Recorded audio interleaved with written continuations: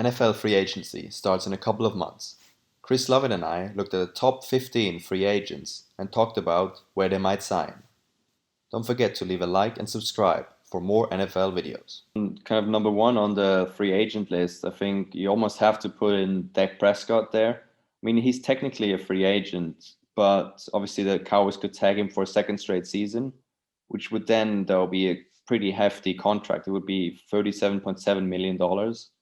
So I think it might either be that he's just going to sign a long-term deal with them or just go somewhere else. I mean, obviously his season was cut short because of injuries, so he could only play four and a half games. Yeah, and I think the only way Dak stays with the Cowboys is if he does sign a 5-6 year deal maybe.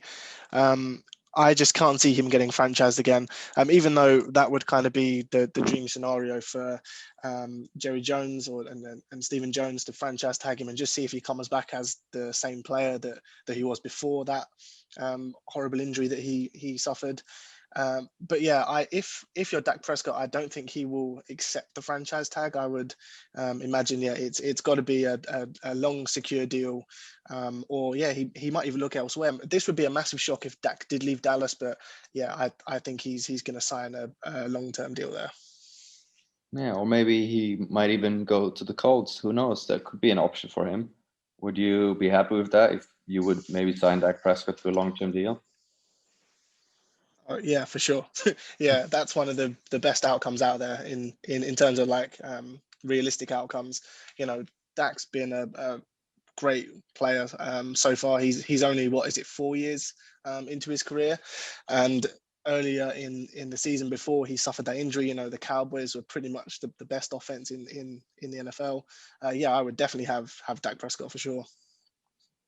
Yeah, then at the number two spot, I would have Chris Godwin. Like the number two spot is kind of fluctuating. It could be either Chris Godwin or Allen Robinson for me, but definitely one of the free agent wide receivers. He kind of he didn't even break the 1,000 yards this year, but he was great, especially like in a championship game against the Packers. He had 110 yards.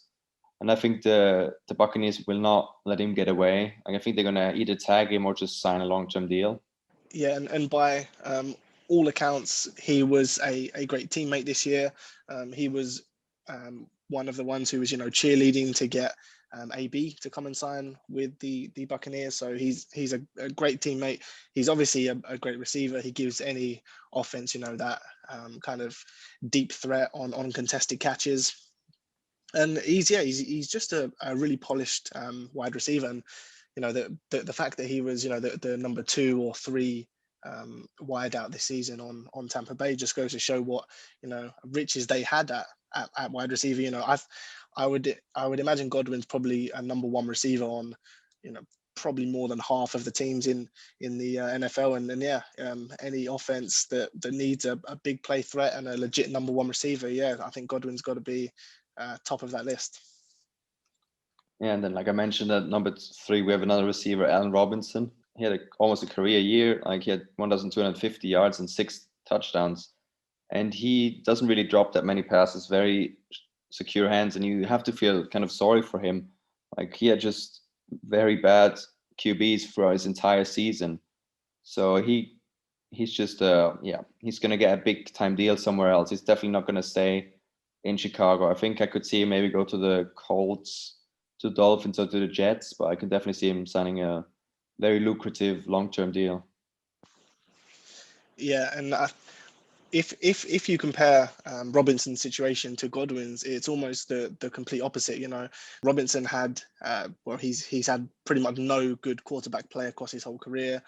In that Bears offense, chance to make big plays and things like that, whereas obviously Godwin had all of that.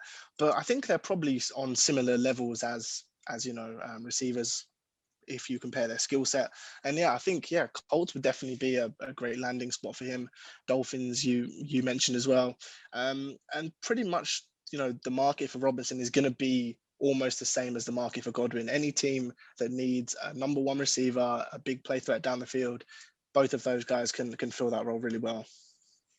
And who do you have at number 4? So I've got Trent Williams at number 4.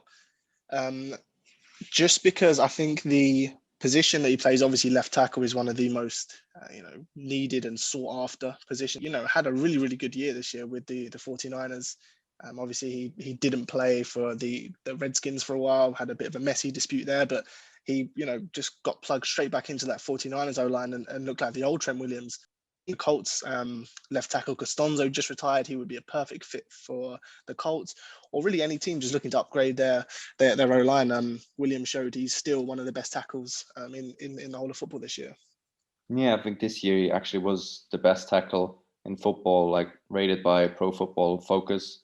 And he never really had a bad year in his entire career. And I think I've read, luckily, that's what I've read. He really wants to stay with the Niners.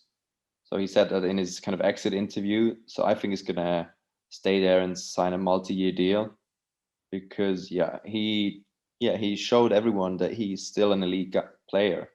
And like you said, any team would be lucky to have a guy like him. But I think it's just going to stay with the 49ers and continue his career there. And Same. Yeah, then kind of at number 5, I would have another receiver, would have Kenny Golladay. Obviously, he as well apparently said he wants to stay with the Lions and sign a long-term deal there, but that was before the whole Stafford news came out. So he might have changed his mind. But yeah, he was limited with a hip injury this season, but he's another big play receiver.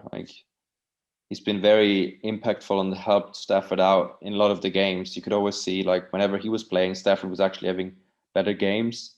And I could see the Lions maybe tag him. Yeah, and with Stafford obviously being dealt somewhere, Detroit is definitely going to have enough cap space in which to re-sign him.